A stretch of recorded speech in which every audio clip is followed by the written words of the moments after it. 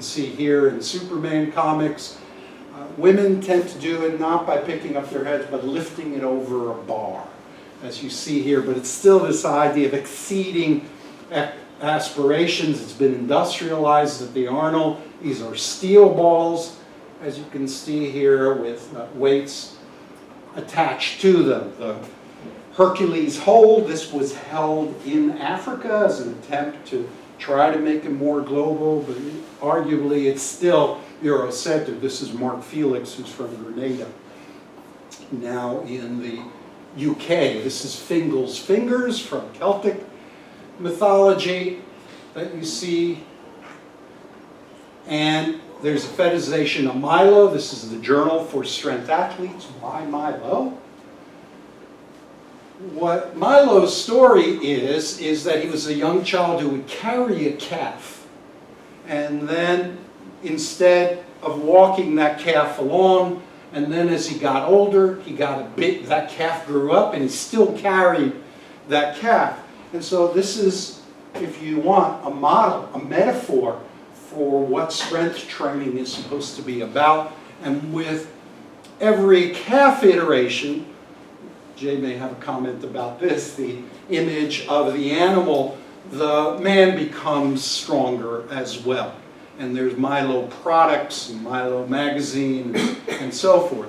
Now culturally we know that this is not American by itself. There are many cultures in which this exists. Japanese samurai stones in the book Folklore, the Basics, actually have a picture of someone showing samurai stones who was 99 years old, who remember when this was a contest. The Basque Stone Lift, which does occur a lot in Utah and on the National Mall, they recreated these. This is the Dinnie stones in Scotland. I tried to lift these up. They are heavy. Let me tell you. This is in China. This is an invented tradition. I'm going to show you a little bit of that later. In the Midwest, they love their Scandinavian heritage. And there's you can call it invented, but I see some meaning or folklorization in there. They have a lot of the Viking strength contests still. In Minnesota, in Wisconsin, even in Iowa, there are a lot of these. A lot of them involve hammers and that kind of mythology there. You can't forget Paul Bunyan, especially in Wisconsin, as well as John Henry. What do they have in common? A lot of them are about nationalism, about strength, and beating the machine. Again, fear of industrialization even into the modern period. So this contest also had a billboard outside.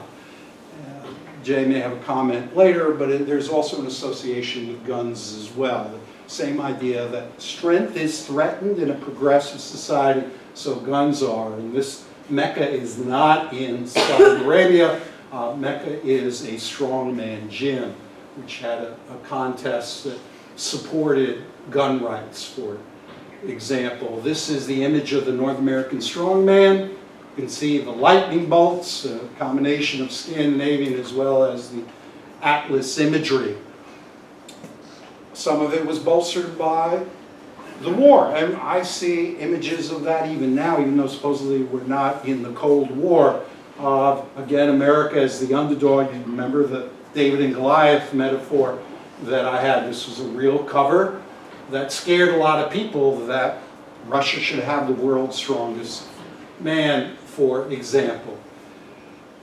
There is a notion that's counter-nationalist, that strength is also a way for immigrant groups that are often cast as diseased or weak and minuscule. I'm thinking of the mini Mike comment by Trump, and that raised my antennae. But there's a long history of that as well.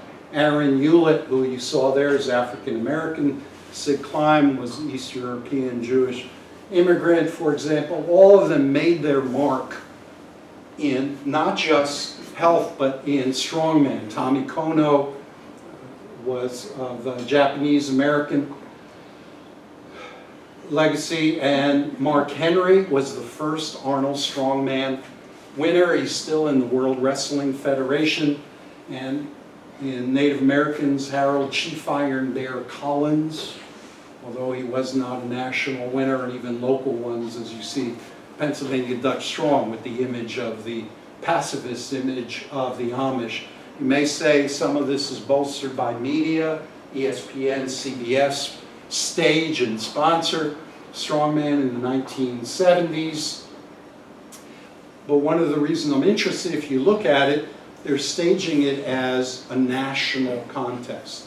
So Brian Shaw, who I know, I would never call him a patriot or concerned, but he's being staged to somehow represent all of America. And that's where the Icelandic, early on, this image of the Icelandic and Scandinavia, because Norway and Sweden are also highly represented in this. So a lot of the countries that are represented are no longer part of this imperial image, but those countries such as Latvia, Lithuania, Norway, Iceland, that are competing on the world stage.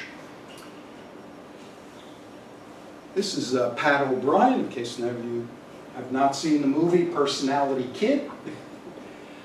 He does not seem like a strong man, but I'm showing you this, and hopefully there'll be some question, because the wildness, the nature side, remember the nature-labor dilemma comes into this. Some people say it's influenced by Tarzan, others such as John Casson say Tarzan was influenced by the strongman movement, with this idea that they're somehow part of wildest nature, and even Africa, rather than modern society, which is industrialized and rationalized. This is Kurt Russell in a movie that some of you may have seen called The World's Strongest Man, which associates the acquisition of strength not by building it up, but by drugs. He eats this cereal that you see there, Crumpy Crunch, and he magically, remember the magic ring? He magically has incredible power. And on television commercials, there's this characterization, the stereotyping of the image that's fighting back and saying they're not powerful because they're dumb. And this is useless power, is often the message. This is Planet Fitness, and you probably see they even have a bell that you ring. Any of you belong to Planet Fitness? If you think that somebody's judging you, you can ring that bell. This is staging. I would say it's framing, it's ritualization. And this is fitting in with the 97-pound weakling, the he-new man, claiming that putting more weight is healthy. I should tell you that my doctor disagrees. He doesn't want me to lift weights. He said, you need to do aerobics. Don't lift weights. It's not good for your heart. But this is part of the belief. He created this dynamic tension or resistance training program, but interestingly, in terms of class, are you rich or poor in strength? So you build your muscle, you're going to get money. Right? Isn't that the equivalent? And the revenge against bullying, and again, increasing your attractiveness. And you see this idea of lifting women as well. Let me give you a body that men respect and women admire. How I turned a chump into a champ. I could never fall in love with a skinny man. Now, that's a real thing. And you can see again the mythologization. I think seems very obvious, and taking note of, if this is not folklore, it is certainly folklorization. We could talk whether you call it traditionalization, but it's creating a perception, creating an imagery that I'm saying is part of a cognitive conflict. This is Charles Atlas's statue, in fact, called The Dawn of Glory in Brooklyn. And you can see the use of the flex as symbol, and I would say as action, as practice. I would call this a folk practice, flexing. And now in sports, we see games in which somebody scores a basket, they're flexing their muscle. It has nothing to do with the score of that ball, but symbolically it means triumph. And If you want strong women, go to Santa Cruz, as you see here from this poster, and of course it should ring in your mind, if this is cognitive, of course, the "we can do" image without it saying so, right?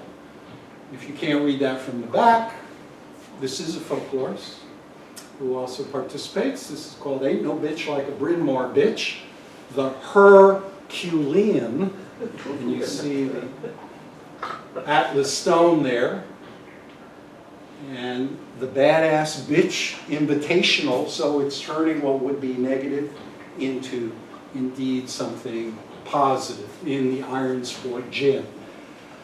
Okay, last part is talking about globalization, nationalism, which is a factor in the modern period that was not there. This is particularly a problem in China because of their competition and economic aspiration, and there was an attempt to stage this in China, the strongman contest. You can see some of the countries represented. In fact, when they come out, they each hold a flag of their country. That's at the Arnold. This is Raymond Bergmans, who I interviewed in Latvia, who is now the defense minister. And he was appointed partly because of his strongman background, not because he had a lot of defense background.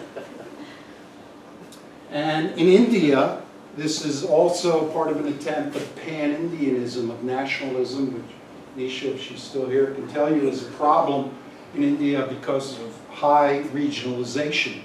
And part of his role, well, I should say, he got the idea of doing this from watching the strongman contests. So you may say, well, that's ostension, that's not folklore. But what he's done, as you can see here, within India, he's calling himself Asia's strongest man and India's strongest man, is trying to show that India has strength as well. They're not going to lift weights, as you see here in China, but they, again, folklorized it because pigs are good luck.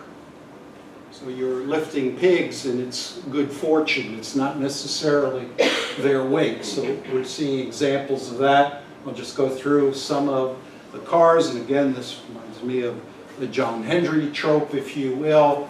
But this is very common in case you're wondering how they do this. Remember that it's in neutral, it's rolling downhill, but it's a great show. And what does it show? Again, it's staged to indicate the conflicts of worrying about robotization, industrialization, which has reduced people to less than human scale. And so this is one of the ways to increase their scale. And in an era without the soldier as a hero, often there is an imitation of the warrior mythos that is tied into strongman, as you can see here. And his t-shirt, if you can see this, says, "Be a real man, lift weights." Warrior Dash, I would call that a variation of the strongman contest. These are the strongman contestants in China who got dressed up in warrior outfits. Finally, there seems to be this celebration of farming. So if there's combating or trying to triumph over industrialization, the barrel walk, and this is actually called a farmer's walk. These are not things you're going to find at Planet Fitness. These are not things you're going to find at Gold's Gym. They're for the purpose of symbolism, to indicate there's something glorious. This is the frame carrier. This is Mike Jenkins, who lived in Hershey, Pennsylvania. In case you wonder how I got into this, his wife was a student of mine. I talked about sports, some of Alan's articles. He said, "You should talk to my husband." This is Brian Shaw. You can see the barrel walk as well. Okay.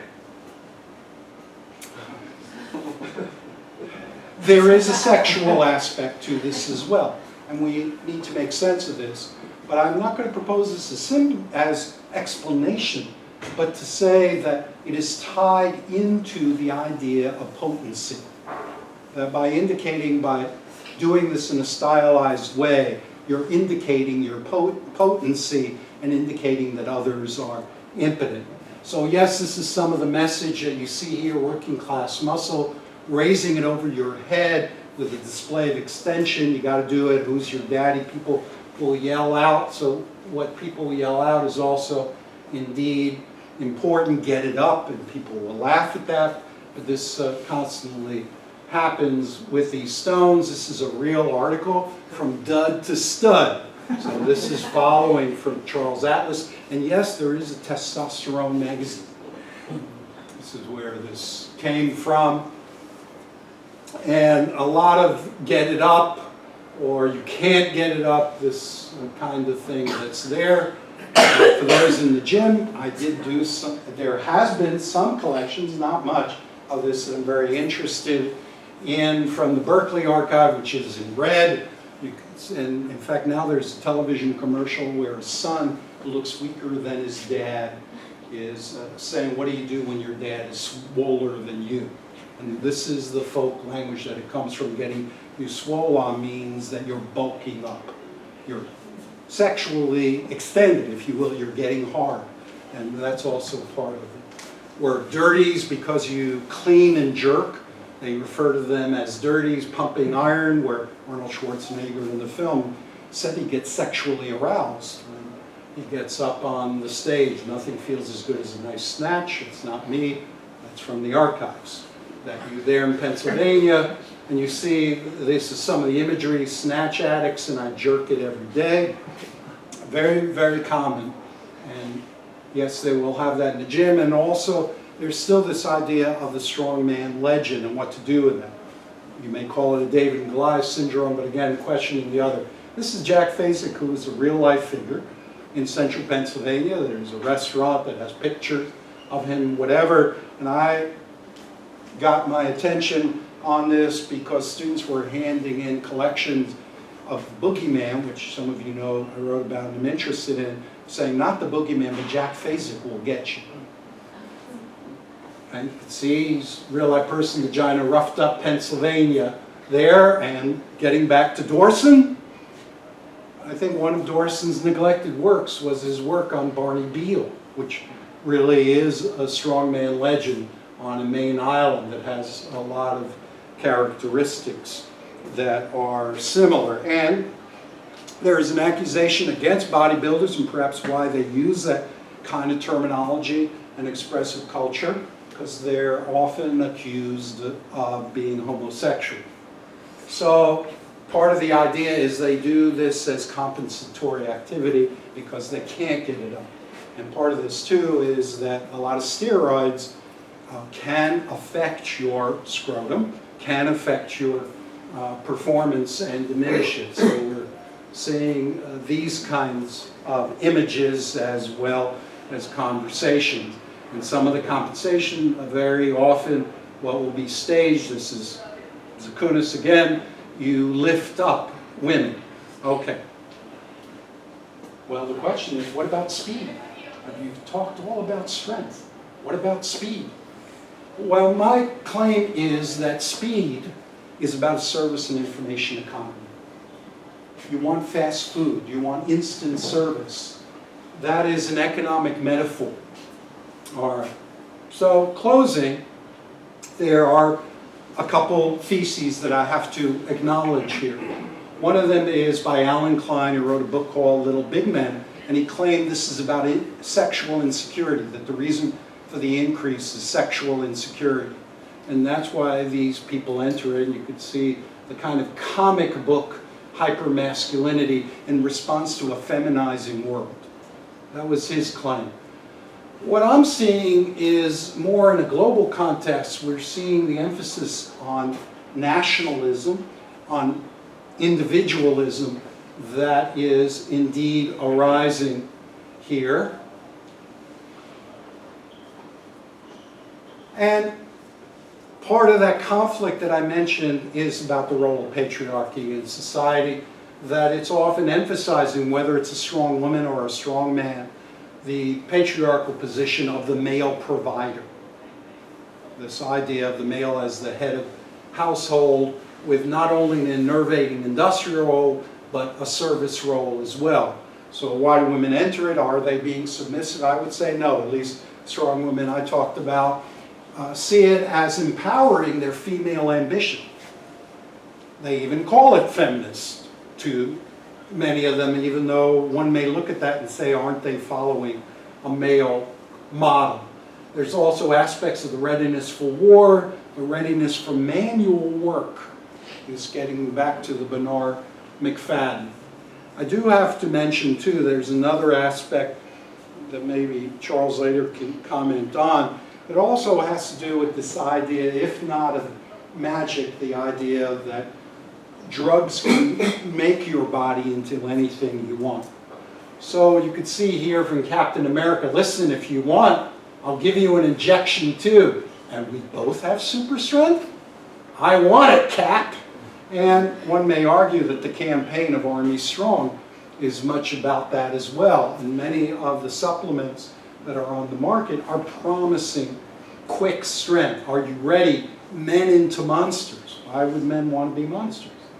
Well, it fits into this mythos. Football, which has become America's game, you could see, to give you the freakish football body.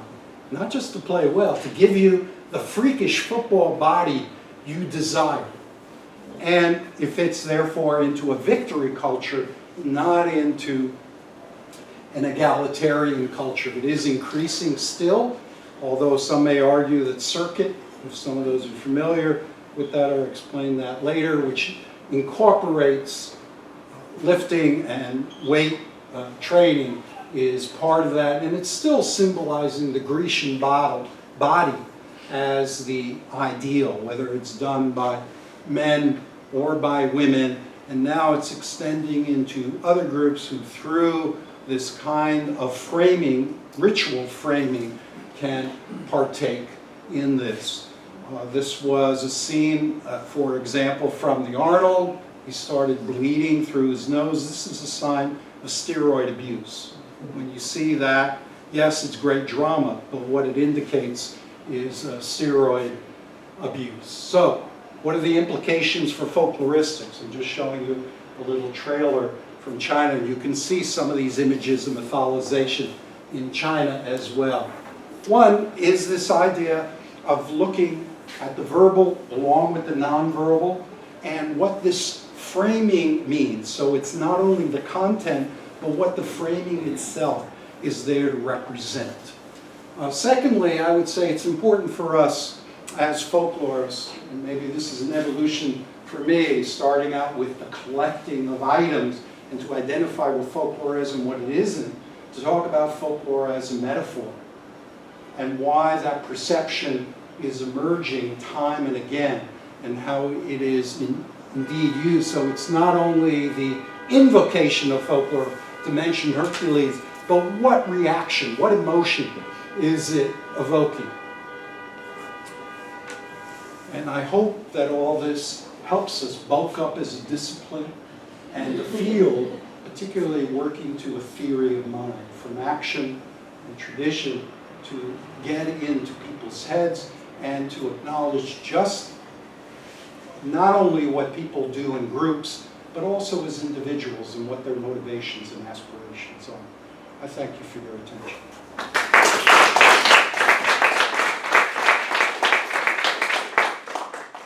So I hope that you will take some robust and vigorous questions and comments. And you I'm seem ready. to have some. And if you want to get up and stretch, that's, oh, I'm very happy to see that. Wow. Let's start from the back and move forward. Go ahead. Okay. So I have two questions. I can just start with one. So with the question of speed. Yes. I know I raced through that. Yeah. Well, so I took, it got me thinking about what Norman Ohler writes about with the early pharmaceutical industry and this sort of like denaturalizing of the human body as something that was perfectible via forms of enhancement, interiority of the body. And so I was wondering if you had thought much about kind of the chicken and egg question about when you see this sort of like popularization of weightlifting and body modification, if that was signaled by a paradigm shift that was connected to this kind of globalized pharmaceutical Well, the modern version of it is certainly related to pharmaceuticals, which is also, I would say, a kind of industrialization answer. You've got a problem, you've got aspirations.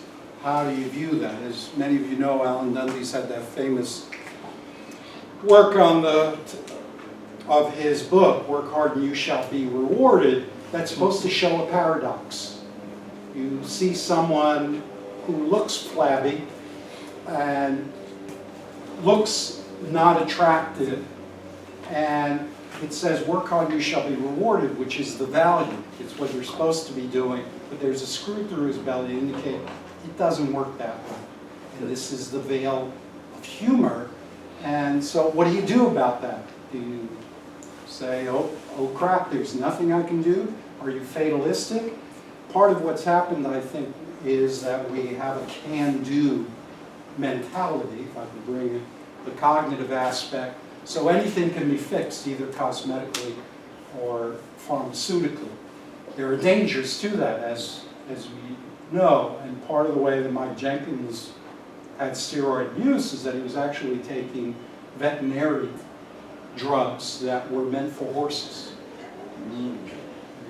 These are illegal, but this is what he was doing. There's no way he went from an offensive tackle on the James Madison football team to suddenly being over 400 pounds and lifting 1,000 pounds a day.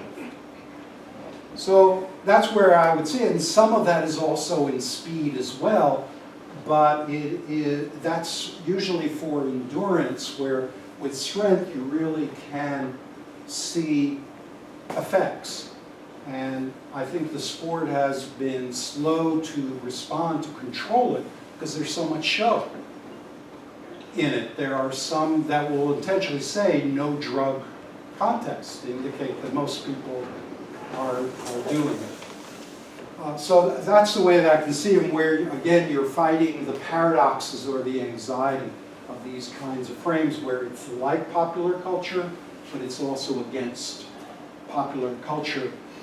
And with speed, there's a sense that it's more natural and it's more postmodern, if you will, where this is a throwback. Okay, well, I'm thinking of the Purgaton and like Nazi Germany and the sort of when it became operationalized in the Weimar era. I think that's a direction, yeah, that we can certainly look at in a wider historical context and how these ideas are used, what gets picked up. Cool. Thank you so much for this. This was really cool. I'm Going to change your training pattern now? Yeah, one, our conversation was that like I grew up with boxing for like almost 20 years, and then I had to stop, but I was always discouraged from doing any strength training because it gets in the way, like musculature gets in the way, especially for a welterweight or something like that. Being muscle bound. But I was kind of thinking about this, your question about how does this sit with the egalitarian progressive values. And for me, that I had an opposite take, thinking of even something like Westside Barbell, like this gym in Ohio that's world famous for producing strongmen that really advocate the usage of steroids, like they're completely open about that. That's rare. And, but also with boxing, you have this thing where I felt like it's a logic of self-sacrifice that you accept in performing something that you know will lead to physical degradation to the point where you can't even do this. So like so in some sense, I think this sits with a kind of egalitarian model of like negating the self through self-sacrifice that's inscribed on the body. And I was wondering if you looked at this through the logic of sacrifice. Well, sacrifice is often indicated as a male characteristic. Jay may have something to say more about that, especially in his work. And some of that is that you're supposed to feel pain. I hate to tell you this, but I did have access to backstage, and these guys were friendly to one another. They are competitive, but they were very supportive of each other, but something they like to do is talk about their injuries. That, you know, you tore a bicep well, that's nothing. You know, I needed back surgery and was out for 6 months. And that's the way that they tended to talk to one another. Some may say, that's a pissing contest, if I ever saw one. So there's something to that. And one thing I want to pick up on is that part of the reason why I think there's some complexity to this and why I'm advocating for a cognitive approach is that, like Alan Dundes's upstairs and downstairs, there are often these paradoxes. So to talk to them, they would often say, I want to show that you can be anything you want to be. If you work hard enough, you can reach your goals. And this is a place where an ordinary farmer, as a Drunas Savickas, can become famous, and in fact he's the mayor of this city in Lithuania. So that sounds very egalitarian, up from your bootstraps, part of what we think of as progressive, but is the message in performance one that's very different? Is that symbolism which gets interpreted, which is you're this hero, you're the king, you're better than all of us, more of the dominant message. So that's where I'm going with, and what I talked about in one article, is semiotic layering, rather than the idea of finding symbolic meaning. So just something to think about. Yes? So I hiccuped on that same moment, but in a slightly different way. And it might be that I'm just defining egalitarianism differently. I should start by saying this is really fascinating. And Thank you. So is it also, I mean, I'm just, I guess, suggesting a possible other way to interpret, but it seems Sure. like it could also fit squarely in line with the kind of moment that we're having in terms of reinterpreting the American dream in very neoliberal terms. I mean, so Trump in the age of the strongman, Yeah. right? Trump thinks of himself as a strongman He does. and champions strongmen around the world. I guess I'm wondering if it's possible to also think about this spreading as a kind of global, folklorized culture, also as a kind of expansion or exporting even of this like neoliberal American dream. It could, and there are examples of that. We could talk together and sort it out, but certainly the conflict with North Korea was a good example of that, calling him a rocket man, and how he's small, and there were innuendos about his Asianness that were part of this, some of that superiority that you saw in the early slides. And I'm willing to sort certainly through that, maybe as the next step beyond the service and information economy, and look at ways that within globalization, some of these contests, as you see here, is about a seat at the table and what the roles are going to be. And I think there's no doubt that it's the contest that I attended. The Americans want to win because they're Americans.